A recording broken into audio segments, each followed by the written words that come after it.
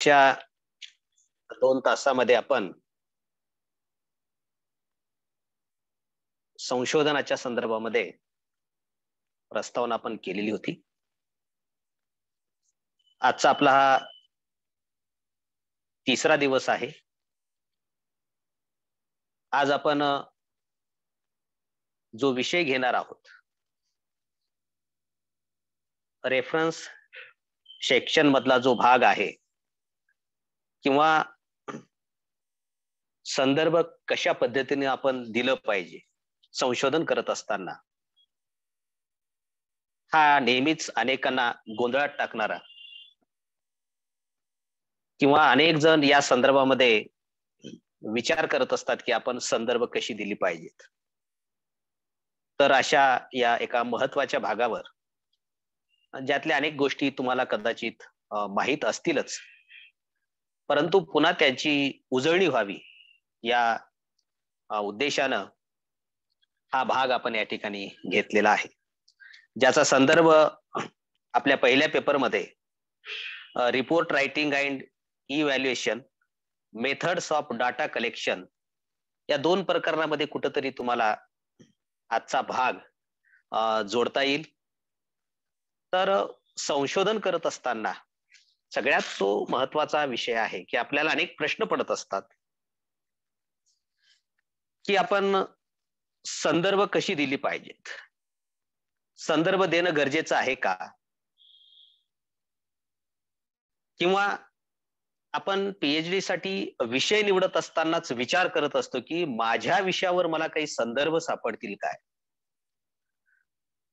त्या प्रकारची काही पुस्तकं ग्रंथालयात आपल्याला मिळतील काय, ग्रंथ कुठे मिळतील, ग्रंथ जर आपल्याला मिळाले तर आपण त्यातला नेमकं कोणत्या भागाला आपण फोकस केलं पाहिजे, कोणते संदर्भ किंवा कोणता मजकूर हा संदर्भ होऊ शकतो,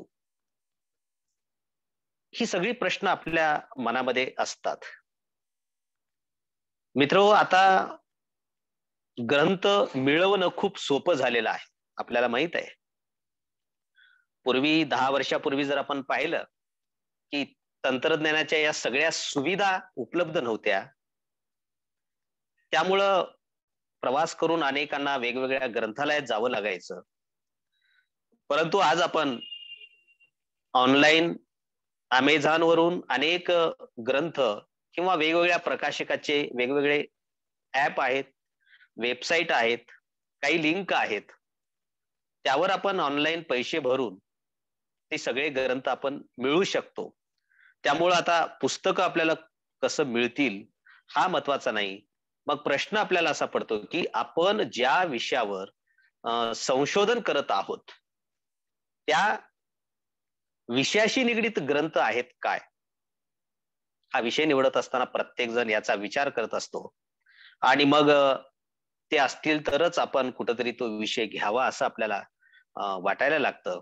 नवीन विषय आपण कशाला घ्यावं, आपल्याला संदर्भ देता येणार नाहीत असा आपण विचार करत असतो.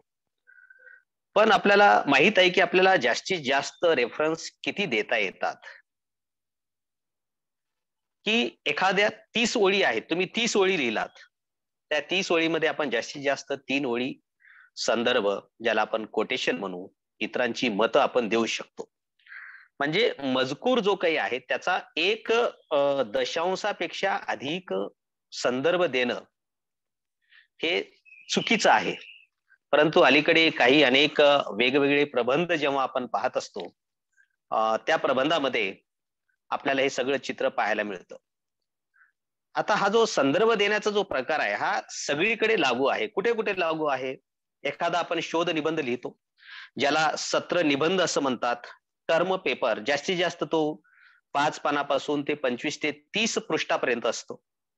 एखादा प्रदीर्घ निबंध आपण लिहित असतो, तो निबंध 40 ते 90 पृष्ठापर्यंत असतो. जसं ताराबाई शिंदेनी स्त्री पुरुष तुलना नावाचा निबंध लिहिलेला आहे, त्याला आपण पुस्तिका असं म्हणत असतो. किंवा आपण प्रबंधिका लिहित असतो, प्रबंधिका हा 100 ते 200 पृष्ठापर्यंत असतो. त्यानंतर आपण मग प्रबंध लिहित असतो. ज्याला आपण थिसिस असं म्हणतो, की ते 200 ते 300 पृष्ठापर्यंत असू शकते. आता या सगळ्या ठिकाणी आपण जे काही संदर्भ देत असतो, ते संदर्भ सर्वसाधारणपणे सारखं असलेलं आपल्याला दिसून येते. संदर्भ फार खोलामध्ये मी तो जात नाही या ठिकाणी, आपल्याला वेळ कमी असल्यामुळं. त्यामध्ये APA, MLA किंवा ACS किंवा हार्वर्ड स्टाईल आहे, ऑक्सफोर्ड स्टाईल आहे. वेगवेगळ्या पद्धतीची ही पाश्चिमात्य संदर्भ जी पद्धत आहे ती सगळ्यांनी जगामध्ये स्वीकारलेली आहे. भारतामध्ये सुद्धा किंवा देशी आपल्या साहित्यामध्ये किंवा मातृभाषेमध्ये जे काही ग्रंथ जुने तुम्ही जर पाहिलात, तर तुमच्या लक्षात येईल की संदर्भ देण्याची त्यांची एक फार चांगली अशी पद्धत होती, ज्याला आपण तळटीप असं म्हणत असतो. फुट नोट्स, तळटीप किंवा तळटीपा आपण असं म्हणत असतो, की एखाद्या पृष्ठावर एखादा संदर्भ आलेला आहे, कोटेशन आलेलं आहे, तिथं आपण दुहेरी अवतरण चिन्हामध्ये ते कोटेशन लिहिल्यानंतर आपण तिथं क्रमांक 1 टाकतो आणि त्याच पृष्ठावर खाली फुट नोट्स म्हणजे खालच्या बाजूवर आपण 1 क्रमांक टाकून त्या लेखकाचं नाव, पुस्तकाचं नाव आपण लिहित असतो. म्हणजे वाचकांना वाचत असताना तो संदर्भ कुठला आहे तो खाली पाहिल्यानंतर त्याला लगेच लक्षात आलं पाहिजे. म्हणजे त्याला त्रास होऊ नये, की संपूर्ण प्रकरण संपल्यानंतर मग 1 नंबर कुठं आहे शेवटी जा, तो संदर्भ शोधा, ते संदर्भ कोणाचा आहे, पुन्हा ते लेखकाचं नाव वगैरे वाचायचं आणि पुन्हा मग आपण आतल्या पेजवर येऊन वाचायचं. अशा पद्धतीचा त्रास होऊ नये म्हणून आपल्याही मराठीमध्ये किंवा हिंदी साहित्यात असेल, वेगवेगळ्या भाषा विषयामध्ये भारतामध्ये असे काही संदर्भ देण्यात आलेले आहेत, की ज्याला आपण फुट नोट्स किंवा तळटीपा असं म्हणत असतो. आता संदर्भ आपण कशासाठी देत असतो हा एक सुद्धा महत्वाचा मुद्दा आहे. आपण जो काही मजकूर लिहित असतो आपला, तो मजकूर लिहित असताना त्या मजकुराला पुष्टी मिळाली पाहिजे किंवा त्याला पाठिंबा मिळाला पाहिजे. या हेतूने आपण काही कोटेशन त्या ठिकाणी देण्याचा आपण प्रयत्न करत असतो. किंवा एखादा वाक्य शब्द थोडासा वादग्रस्त असेल, तर त्याला मग या संदर्भामध्ये लेखकांनी जे म्हटलेलं आहे असाच विचार अमुक-अमुक या लेखकांनी सुद्धा मांडलेला आहे. हा पहा पुरावा म्हणून आपण पुष्टी देण्यासाठी सुद्धा तो संदर्भ देत असतो. किंवा मी जे संशोधन करत आहे, की माझं संशोधन हे अमुक-अमुक या व्यक्तीच्या संशोधनाशी काही प्रमाणात मिळतं जुळतं आहे किंवा तो व्यक्ती इथपर्यंत जाण्याचा प्रयत्न केलेला आहे. हे दाखवण्यासाठी सुद्धा आपण कधी-कधी काय करत असतो, ते कोटेशन आपण त्या ठिकाणी देत असतो. म्हणून अनेक जण मग कधी-कधी परिच्छेद संपत आलं की संदर्भ देत असतात. किंवा काही जण प्रत्येक ठिकाणी पॅराग्राफ संपले की संदर्भ देत असतात. अनेक आपण जर ग्रंथ लेख पाहिले तर त्या ठिकाणी जागोजागी आपल्याला फक्त संदर्भ दिसत असतात. त्या ठिकाणी संशोधकाचं जे काही विश्लेषण आहे, जे वर्णन आहे, संशोधकाचं स्वतःचं जे काही मत आहे, स्वतःचे जे काही विचार आहेत, ते विचार त्या ठिकाणी पाहायला मिळत नाहीत. कारण शेवटी संशोधकाला असं वाटत असतं की संशोधन करणं किंवा प्रबंध लिहिणं हा एक वस्तुनिष्ठ असा भाग आहे. कारण संशोधनामध्ये व्यक्तिगत अशा पद्धतीच्या लेखन शैलीला फारसं महत्व नाही असं आपल्याला प्रत्येकाला वाटत असतं. जे काही प्रमाणित लेखन आहे, प्रमाण भाषेतलं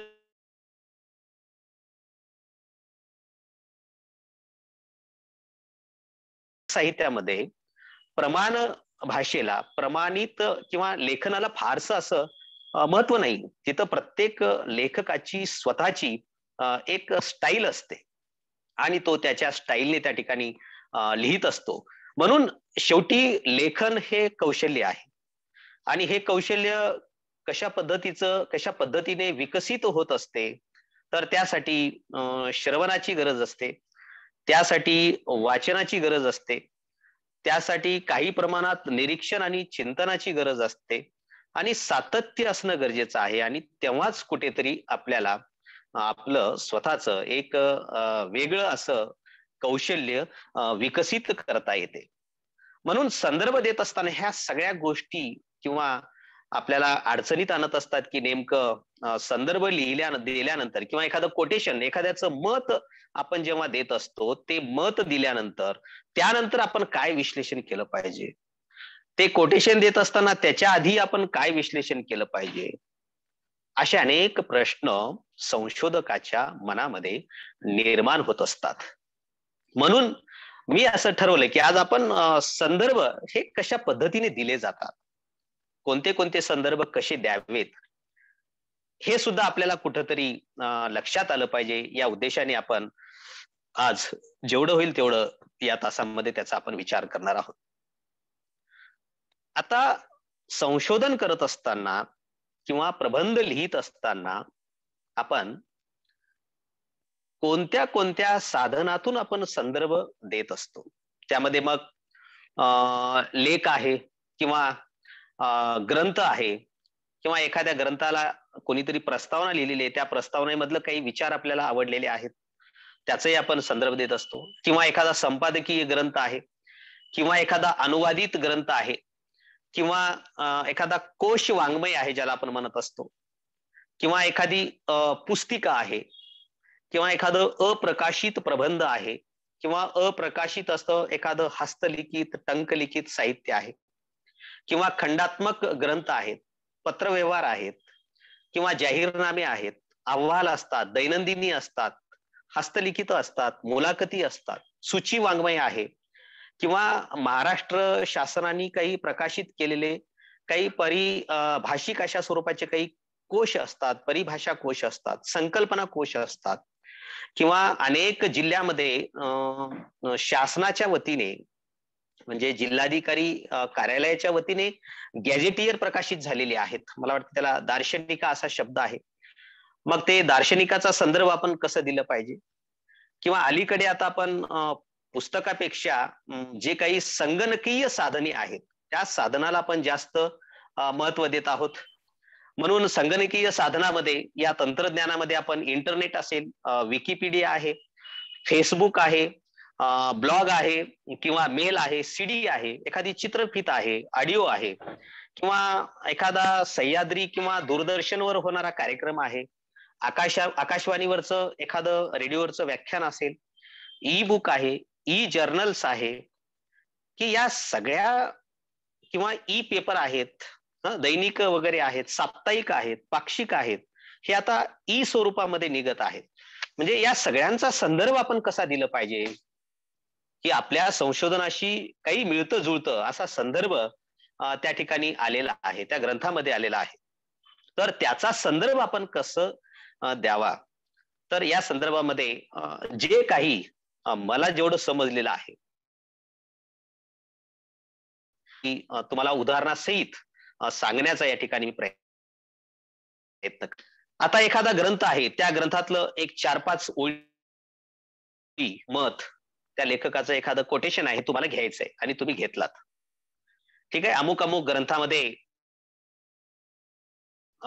असं म्हणतात किंवा या संदर्भात नरेंद्र दाभोळकरांनी आपलं मत असं मांडलेलं आहे की 4 ओळीचं दुहेरी अवतरण चिन्हात कोटेशन घेतलात, पहिला कोटेशन आहे तुमच्या या प्रबंधातलं, आणि लगेच आपण त्याच्या डोक्यावर टिपांक ज्याला म्हणतो, क्रमांक देतो असतो आपण, क्रमांक 1 दिलो आपण.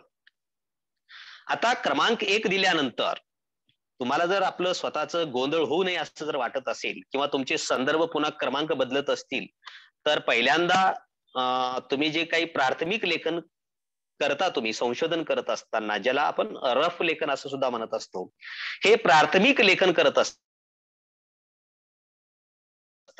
जिथं आपण ते कोटेशन देत असतो तिथेच कंसामध्ये आपण सगळा त्याचा संदर्भ आपल्याला त्या ठिकाणी द्यायचा आहे आणि आपल्याला पुढे जायचंय. पुन्हा तुम्ही कुठंतरी 2-4 पेजेस नंतर अजून एक संदर्भ दिलेला, लगेच तुम्ही त्या कंसामध्ये तिथे त्या ठिकाणी त्याचा रेफरन्स संदर्भ तुम्ही तिथे देऊन टाका. अशा पद्धतीने तुम्ही एखादं प्रकरण पूर्ण करा.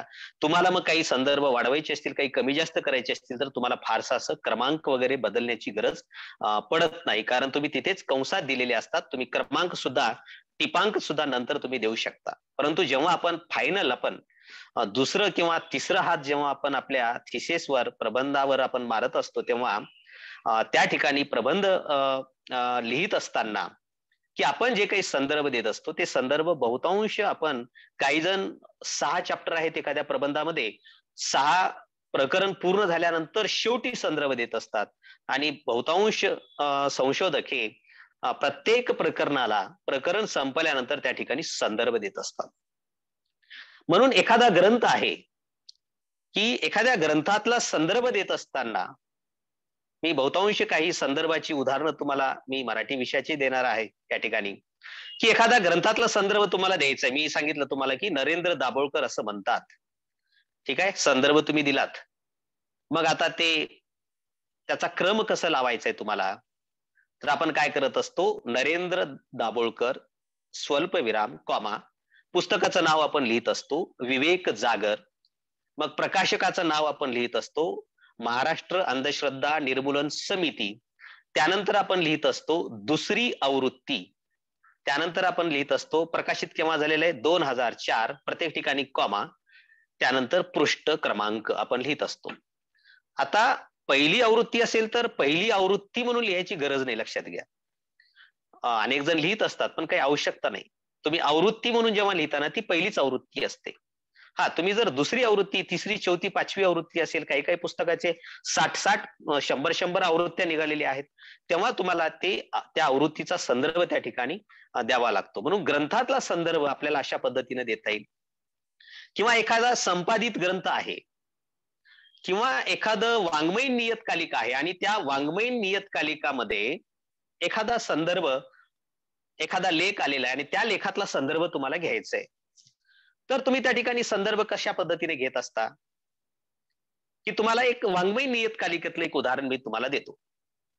उदाहरणार्थ अनुष्टुभ नावाचं एक नियतकालिका आहे आणि त्या नियतकालिकामध्ये दुसऱ्या एका लेखकांनी आपला लेख लिहिलेला आहे आणि त्या लेखातला संदर्भ तुम्हाला, कोटेशन तुम्हाला घ्यायचं आहे. तर त्याचा संदर्भ आपल्याला असं द्यावं लागेल, रा भा पाटणकर लेखकाचं नाव, त्यानंतर मग त्याच्या लेखाचं नाव आपण दुहेरी अवतरण चिन्हामध्ये आपल्याला त्या लेखाचं नाव लिहावं लागेल. मराठी व इंग्रजी वैचारिक गद्य हे लेखाचं नाव झालं. त्यानंतर आपल्याला नियतकालिकाचं नाव लिहावं लागेल, अनुष्टुभ हे नियतकालिकाचं नाव झालं आणि त्यानंतर मग कंसामध्ये ते वाङ्मयीन नियतकालिक चालवणारे संपादक कोण आहेत त्या संपादकाचं नाव आपल्याला लिहावं लागेल. संपादक प्रभाकर बागले, कंस पूर्ण आपल्याला करता येईल. त्यानंतर मग वर्ष 25वा, अंक 6वा. आता वर्ष लिहित असताना तुम्ही व लिहून फुल स्टॉप किंवा पूर्णविराम दिलं तरी चालेल, किंवा अंक लिहिण्याऐवजी अ वर अनुस्वार अ लिहून तुम्हाला त्या ठिकाणी पूर्णविराम देऊन तुम्हाला अंक 6 किंवा 7 असं लिहिलं तरी तुम्हाला चालेल. आणि त्यानंतर मग हे मे जून 2020 आणि पृष्ठ 33 अशा पद्धतीने तुम्हाला संदर्भ त्या ठिकाणी द्यावा लागेल. किंवा एखादा संपादित ग्रंथ आहे, संपादित ग्रंथामध्ये समजा एखाद्या लेखातील मताचा तुम्ही संदर्भ दिलेला आहे, ते लेख दुसऱ्याच आहे, मग तुम्हाला पुन्हा तिथं वि पा देऊळगावकर किंवा त्यांनी त्यांच्या लेखाचं शीर्षक, पुस्तकाचं नाव, संपादक, प्रकाशक आणि पृष्ठ क्रमांक असाच क्रम, जसं एखादं वाङ्मयीन नियतकालिकेतला तुम्ही संदर्भ देता तसंच संपादित पुस्तकातला संदर्भ सुद्धा तुम्हाला त्या ठिकाणी देता येईल. आता एखाद्या पुस्तकाला कोणीतरी प्रस्तावना लिहिलेली आहे आणि त्या प्रस्तावनेतला संदर्भ तुम्हाला द्यायचा आहे. लक्षात घ्या, लेखक वेगळा आहे, प्रस्तावना लिहिणारा वेगळा आहे आणि त्या प्रस्तावनेतला संदर्भ तुम्हाला द्यायचा आहे. तर तुम्हाला त्याचा संदर्भ असा देता येईल की जसं तुम्हाला एखाद्या ग्रंथाला सदानंद मोरे सरांनी समजा प्रस्तावना लिहिलेली आहे, तर तुम्हाला लिहिता येईल सदानंद मोरे कॉमा प्रस्तावना कॉमा ग्रंथाचं नाव. मग तो ग्रंथ कोणाचा आहे त्याचाही संदर्भ तुम्हाला देता येईल. किंवा नागनाथ कोतापल्ले यांनी प्रस्तावना लिहिलेली आहे एखाद्या पुस्तकाला, मग ते तुम्हाला आधी त्या प्रस्तावनेतला संदर्भ तुम्हाला द्यायचा आहे, तर ती प्रस्तावना कोणी लिहिली ते नाव तुम्हाला आधी लिहावं लागेल संदर्भामध्ये. नागनाथ कोतापल्ले, पुस्तकाचं नाव चिंतन यात्रा कॉमा प्रस्तावना पृष्ठ क्रमांक 12. म्हणजे चिंतन यात्रा या पुस्तकाला नागनाथ कोतापल्ले यांनी प्रस्तावना जी लिहिली त्या प्रस्तावनेतला संदर्भ हा मी माझ्या संशोधनासाठी त्या ठिकाणी घेतलेला आहे. किंवा एखाद्या लेखकाचं मनोगत आहे, पुस्तकामध्ये लेखक काय करत असतो की एक पहिले 2 पानामध्ये पृष्ठामध्ये आपलं मनोगत त्या ठिकाणी तो मांडत असतो. त्या मनोगतातलंच तुम्हाला एखादं समजा संदर्भ द्यायचा कोटेशन द्यायचंय, तर तुम्हाला त्या ठिकाणी लिहिता येईल की रावसाहेब कसबे त्यांच्या पुस्तकाचं नाव, पुढे मनोगत आणि पृष्ठ क्रमांक 2-3 जे काही आहे ते. अशा पद्धतीने तुम्हाला संदर्भ देता येईल. किंवा काही कोश असतात. खूप कोश वाङ्मय आहेत. मराठी, हिंदी, इंग्रजी, समाजशास्त्र किंवा इंग्रजी असेल, आपल्या सगळ्या भाषेमध्ये भरपूर असे कोश खंड लिहिली गेलेली आहेत. अनेकांनी ते संपादन केलेलं आहे. या कोश वाङ्मयातलं तुम्हाला जर संदर्भ द्यायचा असेल किंवा विश्वकोश आहे, मराठी विश्वकोश आहे, त्यातलं तुम्हाला संदर्भ द्यायचा असेल, तर तुम्हाला तो संदर्भ देता येतो. की ज्या पद्धतीनं एखादं कोश द. अग्निहोत्री यांनी लिहिलेलं आहे, तर त्यांचं नाव लिहून तुम्ही अभिनव मराठी शब्दकोश भाग 14 विन्स प्रकाशन पुणे 1983 पृष्ठ क्रमांक 748 असा संदर्भ तुम्हाला देता येईल. किंवा एखाद्या साहित्य संमेलनाचं अध्यक्ष कुणीतरी लेखक आहेत आणि त्यांचं साहित्य संमेलनाचं अध्यक्षीय भाषण हे त्या संमेलनाच्या विशेषांकामध्ये पुस्तिकामध्ये छापलं गेलेलं आहे आणि ते भाषण कुठंतरी तुमच्या संशोधनाशी रिलेटेड आहे, तुमच्या संशोधनाशी ते मिळतं जुळतं अशा प्रकारचं आहे, त्याचा संदर्भ तुम्हाला जर द्यायचा असेल तर तोही संदर्भ आपल्याला देता येतो. उदाहरणार्थ काही वर्षापूर्वी सोलापूरमध्ये जे अखिल भारतीय मराठी साहित्य संमेलन झालं, त्यामध्ये मारुती चित्तमपल्ली अध्यक्ष होते आणि त्याच वेळी एक विद्रोही साहित्य संमेलन झालेलं होतं. या दोन्ही संमेलनामध्ये मी त्या ठिकाणी उपस्थित होतो. विद्रोही साहित्य संमेलनाचे अध्यक्ष त्या ठिकाणी होते, बहुतेक डॉक्टर आह साळुंके हे होते. मग तुम्हाला त्या साहित्य संमेलनातल्या स्मरणिकेतलं अध्यक्षीय जो भाषण आहे, संमेलनाच्या अध्यक्षांच्या भाषणाचा संदर्भ तुम्हाला संशोधनामध्ये द्यायचा आहे, तर तेही तुम्हाला त्या ठिकाणी देता येते. मग आह साळुंके कॉमा 8वे विद्रोही साहित्य संमेलन सोलापूर, पुस्तिका, अध्यक्षीय भाषण 28-29 जानेवारी 2006 पृष्ठ क्रमांक 2 अशा पद्धतीने देखील तुम्हाला त्या ठिकाणी संदर्भ देता येईल.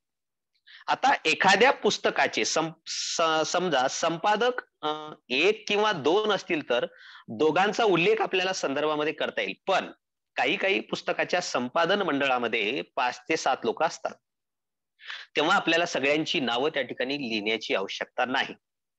उदाहरणार्थ प्रभा गणोरकर हे एखाद्या पुस्तकाचे संपादक आहेत, एखाद्या कोशाचे ते संपादक आहेत. स्त्री साहित्याचा मागोवा नावाचा खंड आहे, त्या खंडात 4-5 संपादक आहेत. आपण तिथं पहिलंच नाव लिहायचंय आपल्याला की प्रभा गणोरकर इत्यादी इत्यादी, म्हणजे दुसरे अनेक त्या ठिकाणी संपादक आहेत, आपल्याला त्या ठिकाणी असं सूचित करता येईल. किंवा अलीकडे काही दैनिकामध्ये सुद्धा खूप महत्वाचे असे लेख प्रकाशित होत असतात की जे लेख प्रासंगिक असतात आणि अनेकदा संशोधन करत असताना आपल्याला ते उपयोगी पडत असतात. आणि अशा लेखाचा संदर्भ जर आपल्याला द्यायचा असेल तरी आपल्याला देता येते. किंवा www.लोकसत्ता.com लेख कोणाचा आहे, विजय टिपणीस, लेखाचं शीर्षक दुहेरी अवतरण चिन्हामध्ये मुंबईच्या वैचारिक रासावर विचारमंथन, कॉमा पेज कोणता आहे, प्रादेशिक राज्यस्तरीय पद पेज आहे का राष्ट्रीय पेज आहे, त्याचा उल्लेख तुम्हाला करता येईल. वार मंगळवार, कॉमा 5 मे 2009 किंवा पृष्ठ 3-2 असं सुद्धा तुम्हाला दैनिकाचा संदर्भ त्या ठिकाणी देता येईल. किंवा रावसाहेब कसबे यांनी एक लेख लिहिलेला आहे पेपरला, रावसाहेब कसबे, लेखाचं नाव दैनिक महाराष्ट्र टाइम 4 सप्टेंबर 2000 पृष्ठ 3 किंवा 2 अशा पद्धतीने तुम्हाला लेखाचा संदर्भ देता येईल. किंवा काही ग्रंथ आज खूप मोठ्या प्रमाणामध्ये भाषांतरित झालेले आहेत, अनुवादित झालेले आहेत आणि अशा अनुवादित ग्रंथाचा संदर्भ आपल्याला द्यायचा आहे तर तोही संदर्भ आपल्याला देता येईल. आता अनुवादित ग्रंथाचा संदर्भ काही जण 2 पद्धतीने देत असतात. उदाहरणार्थ एखादा पाश्चिमात्य लेखक आहे, त्याचा ग्रंथ मराठीमध्ये कोणीतरी एका मराठी भाषिकांनी किंवा हिंदी भाषिकांनी तो अनुवादित केलेला आहे. किंवा एखादा जर्मन भाषेतला ग्रंथ आहे, ते कोणीतरी इंग्रजी लेखकांनी इंग्रजी भाषेमध्ये तो अनुवादित केलेला आहे.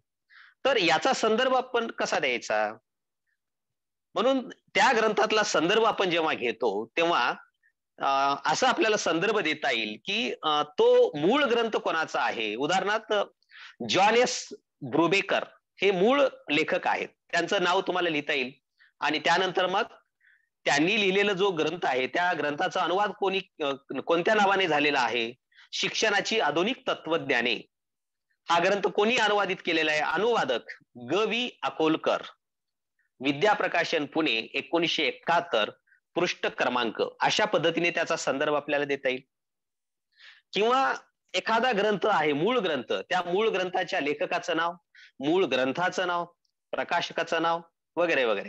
पुन्हा त्यानंतर मग मराठीत किंवा हिंदीत ज्यांनी अनुवादित केलेलं आहे त्या लेखकाचं नाव, पुस्तकाचं नाव, प्रकाशक, पुढे जे काही असेल आपण लिहितो वर्ष वगैरे किंवा पृष्ठ क्रमांक.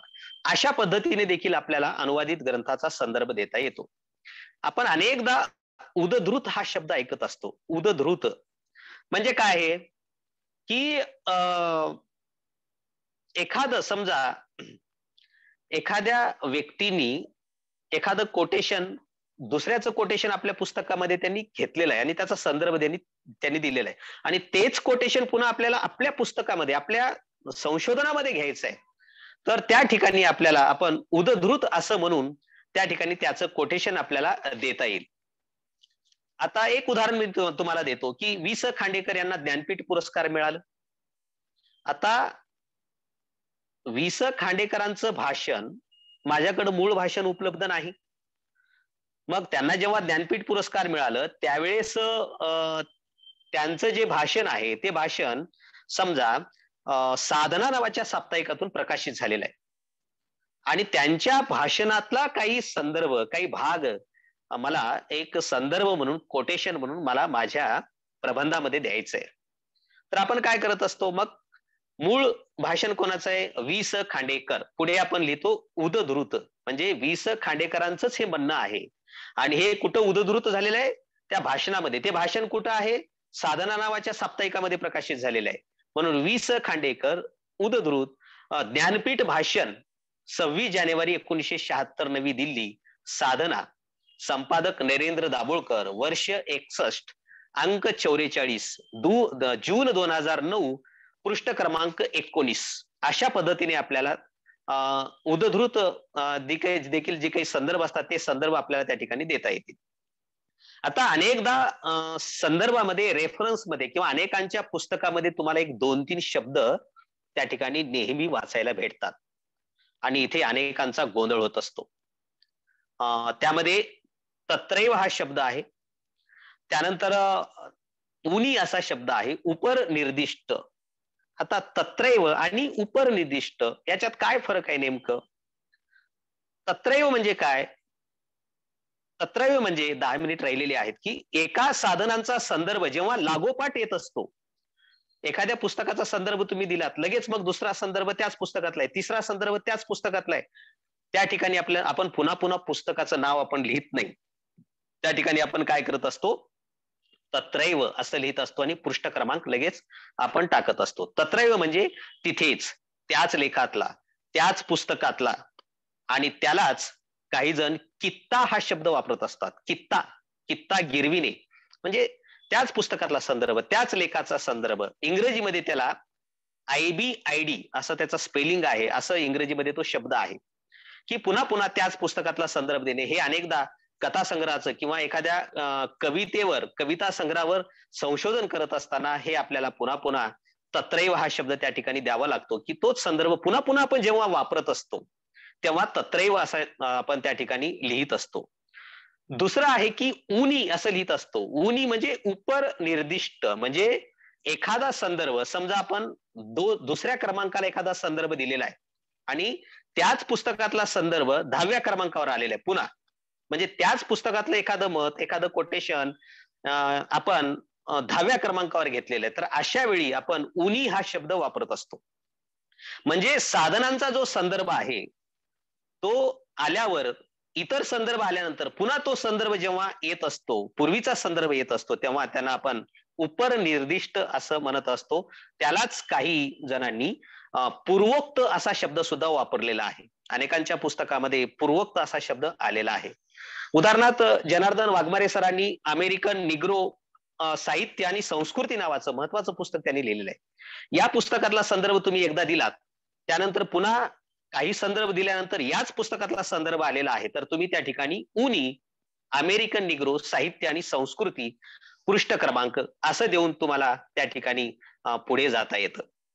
काही असे ग्रंथ असतात की ते प्रकाशित झालेले नसतात, अमुद्रित असतात. तेव्हा तुम्ही तिथे हस्तलिखित, टंकलिखित किंवा ते तुम्हाला कोणत्या गावामध्ये ते हस्तलिखित मिळालेलं आहे, कोणाकडे मिळालेलं आहे, त्याचाही तुम्हाला संदर्भ देता येईल.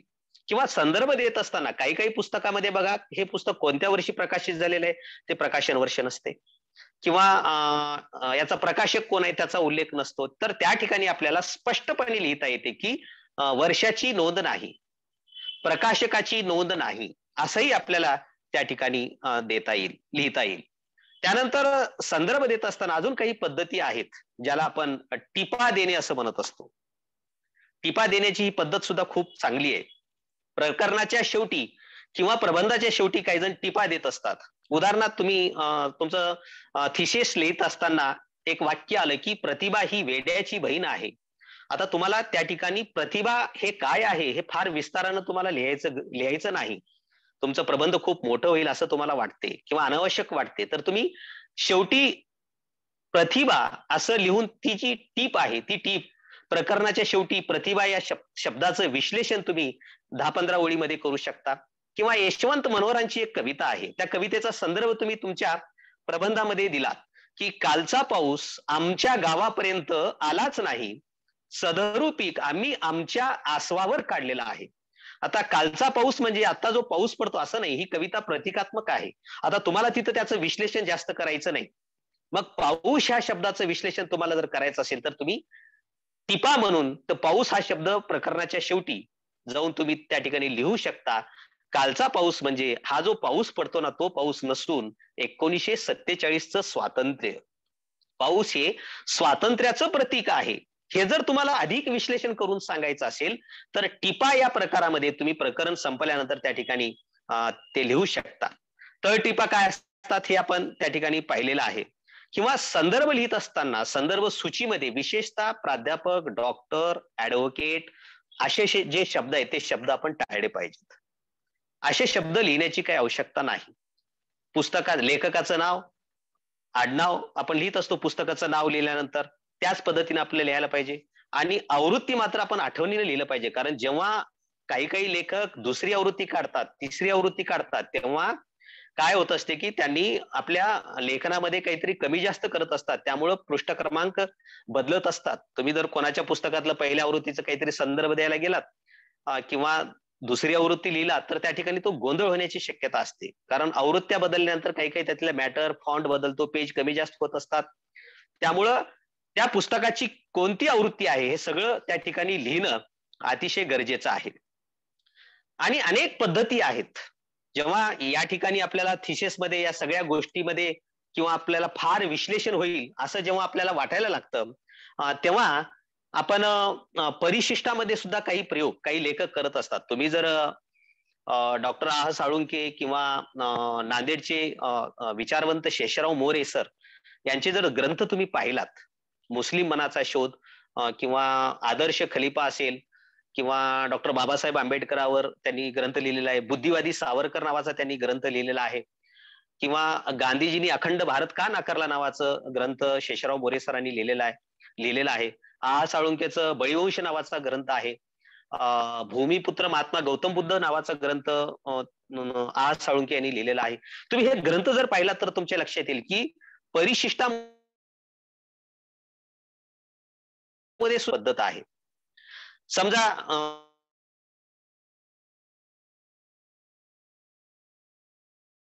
तो दिला जातो संदर्भ, त्याच्यामध्ये मग व्यक्ती नाम सूची असते, त्याच्यामध्ये स्थळ सूची असते, त्याच्यामध्ये ग्रंथ सूची असते, किंवा वेगवेगळ्या ज्या काही संज्ञा असतात त्या संज्ञाचं विश्लेषण सुद्धा काही काही जण परिशिष्टामध्ये त्या ठिकाणी करत असतात.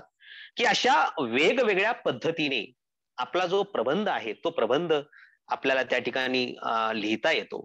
किंवा त्या पद्धतीने त्या प्रबंधाला आकार देता येतो. परंतु जेव्हा आपण शेवटचं परिशिष्टामध्ये काही संदर्भ सूची देत असतो, ती सूची सुद्धा आपल्याला थोडंसं वेगळ्या पद्धतीने द्यावी लागते. त्या ठिकाणी मग आडनाव आधी, आडनावानंतर नाव आणि त्यानंतर मग पुस्तकाचं नाव, प्रकाशकाचं नाव, प्रकाशन वर्ष. इथे आपल्याला पृष्ठ क्रमांक द्यायची गरज नाही. म्हणजे आपण संशोधन करत असताना आपण किती ग्रंथ आपण वापरलेले आहेत, याचा अर्थ फार ग्रंथ वापरलेले आहेत म्हणजे ते संशोधन खूप श्रेष्ठ असतं असं मला म्हणायचं नाही त्या ठिकाणी. म्हणून तुम्ही परिशिष्टामध्ये मराठी ग्रंथाचे संदर्भ वेगळे करू शकता, हिंदी ग्रंथ, इंग्रजी ग्रंथ, वाङ्मयीन नियतकालिके, पेपर, त्याच्यामध्ये मग वेबसाईट किंवा विकिपीडिया, अशा वेगवेगळ्या पद्धतीने तुम्हाला वेगवेगळे असे अनेक जे काही संदर्भ आहेत ते संदर्भ त्या ठिकाणी देता येतात. एकंदरीत की ग्रंथ लिहित असताना किंवा प्रबंध लिहित असताना आपण फार असा संदर्भाचा भडीमार करावा असं नाही, लक्षात घ्या.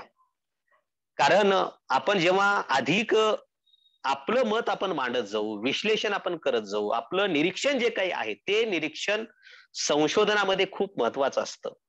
संशोधनामध्ये आपण मागच्या 2 तासामध्ये आपण पाहिलेलं आहे की नवीन आपण काय त्या ठिकाणी आपल्याला काहीतरी वाचकांना द्यायचं आहे, जे अदृश्य आहे परंतु ते लोकांपर्यंत आलेलं नाही, हे आपल्याला वाचकांना द्यायचं आहे. ते आणि ते देत असताना आपल्याला त्या ठिकाणी आपलं मत किंवा आपलं विश्लेषण फार महत्वाचं आहे त्या ठिकाणी.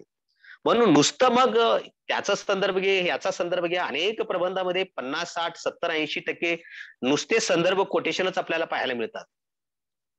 त्या ठिकाणी लेखकाचं, संशोधकाचं स्वतःचं मत आहे, स्वतःचं विश्लेषण असतं, स्वतःचं निरीक्षण असतं, स्वतःची मांडणी असते. त्या ठिकाणी वर्णन करावं लागतं आणि हे वर्णन कौशल्य जे आहे, हे वर्णन करत असताना देखील त्यामध्ये पाल्लाळिकपणा फारसा येणार नाही, याची काळजी देखील संशोधकाला घ्यावी लागते. कारण शेवटी संशोधन हे वस्तुनिष्ठच असलं पाहिजे. जसं मी सुरुवातीला तुम्हाला सांगितलं की एखादा शोध निबंध किंवा एखादा दीर्घ असा निबंध असेल किंवा पुस्तिका असेल की ते कशा पद्धतीने आपण हे करत असतो, तर किंवा प्रबंध असेल किती पृष्ठापर्यंत लिहिणं ते अपेक्षित आहे. अनेक प्रबंध 700-800 पृष्ठाचे पाहायला मिळतात आणि त्यामध्ये बघा तुम्ही कितीतरी संदर्भ असतात. म्हणून संदर्भ म्हणजे दिलो म्हणजे आपलं प्रबंध किंवा अतिशय म्हणजे गुणवत्तापूर्वक असं झालेलं आहे, दर्जेदार झालेलं आहे असं मला म्हणायचं नाही या ठिकाणी. परंतु अनेकदा आपल्याला जागोजागी काही संदर्भ द्यावी लागतात आणि हे संदर्भ देत असताना आपण ते संदर्भ कशी दिली पाहिजेत, त्यामध्ये सुद्धा एक प्रकारची जी शिस्त आहे ती शिस्त असावी लागते. काही तुम्हाला हे सगळं संशोधन अशा पद्धतीने करायचं असेल तर काही तुम्हाला पुठ्ठिका, ज्याला आपण असं म्हणत असतो की पुठ्ठिका वापरण्याचं जे एक तंत्र असतं ते तंत्र तुम्हाला वापरावं लागेल. ही पुठ्ठिका आहे, तुम्हाला दिसत असेल त्या ठिकाणी, कदाचित ते उलट तुम्हाला दिसत असेल की ही पुठ्ठिका आहे. तर अशा पुठ्ठिका